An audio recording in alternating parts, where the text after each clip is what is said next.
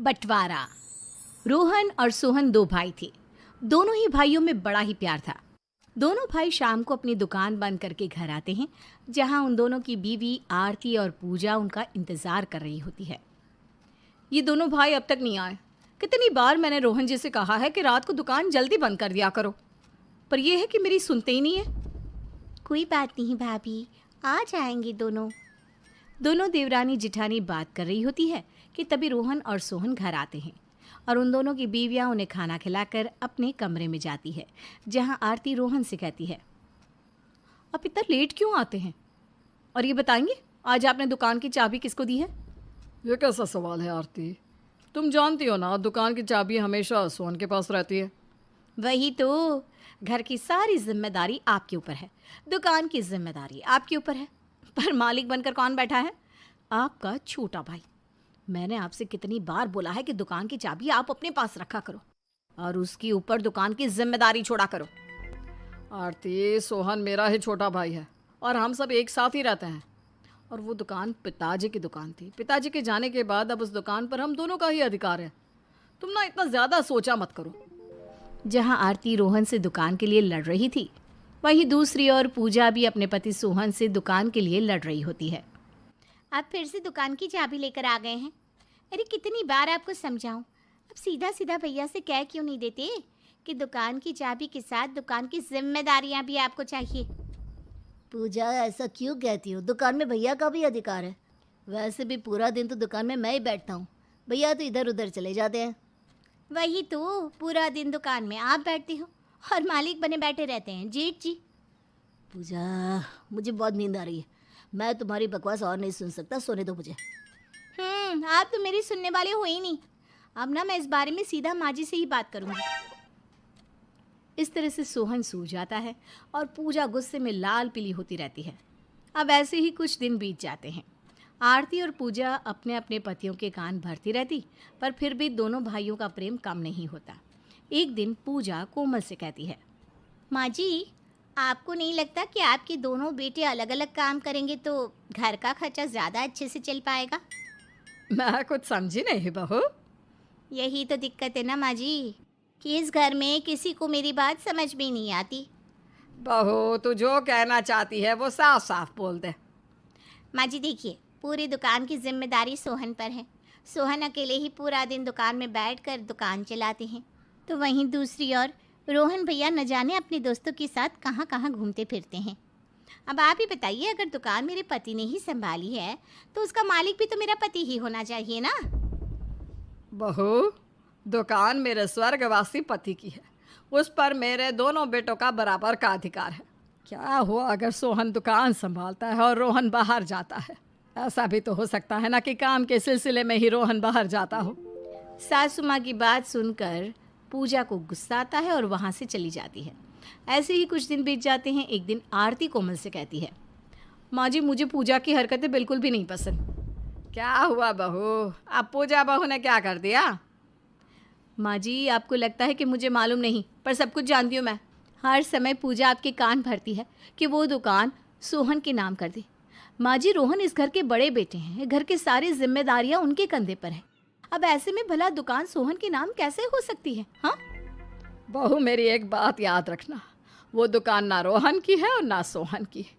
वो दुकान सिर्फ और सिर्फ मेरे स्वर्गवासी पति की है और उसी दुकान को चलाकर उसने तुम सबकी परवरिश करी है, इसलिए मेरे जीते जी वो दुकान किसी के नाम नहीं होगी। कोमल इस तरह से आरती को डांट कर चली जाती है। अब ऐसे ही कुछ दिन बीत जाते हैं और कोमल की दोनों बहुएं उसके बेटे के कान भरती रहती है।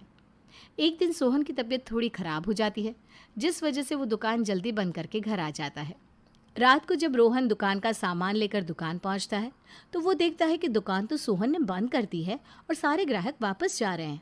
मुझसे बिना पूछे सोहन ने दुकान बंद कर दी। अब क्या था, रोहन का गुस्सा 7वें आसमान पर पहुंच जाता है और वो घर आकर सोहन से कहता है, सोहन, तेरे अंदर ज़रा भी दिमाग नहीं है। मुझे तो लगता है कि तेरी भाभी सही कहती थी कि तू एक जिम्मेदार इंसान बन ही नहीं सकता। अरे गलती की मैंने दुकान की चाबी तेरे हाथों में थमाकर। ओह, तो वो भाभी है जिसकी वजह से आप मुझे मेरे ही दुकान का नौकर समझते हैं।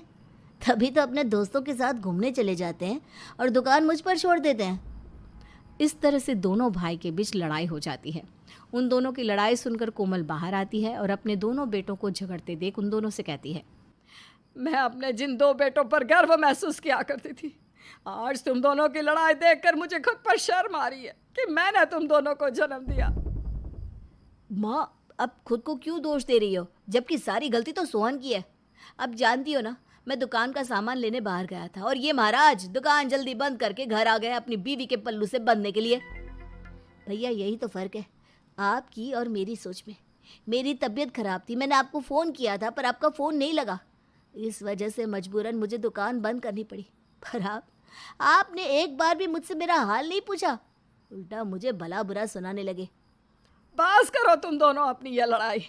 एक छोटी सी गलतफहमी की वजह से तुम दोनों छोटी सी बात को इतना बड़ा क्यों बना रहे हो? इस तरह से कोमल जैसे तैसे करके दोनों भाई की लड़ाई खत्म कर देती है।